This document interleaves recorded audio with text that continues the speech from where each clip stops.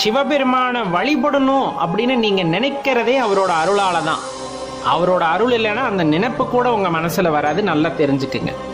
இன்னொன்னு, சிவபெருமானை பொறுத்தளவு தன்னை வழிபடுபவர்களுக்கு தான் நலன் செய்யணும், அவங்களுக்கு தான் இதெல்லாம் கொடுக்கணும், அவங்க கேட்டதெல்லாம் கொடுக்கணும் அப்படின்னு நினைக்கக்கூடிய சாதாரண சக்தி அல்ல, நல்லா தெரிஞ்சுக்கங்க.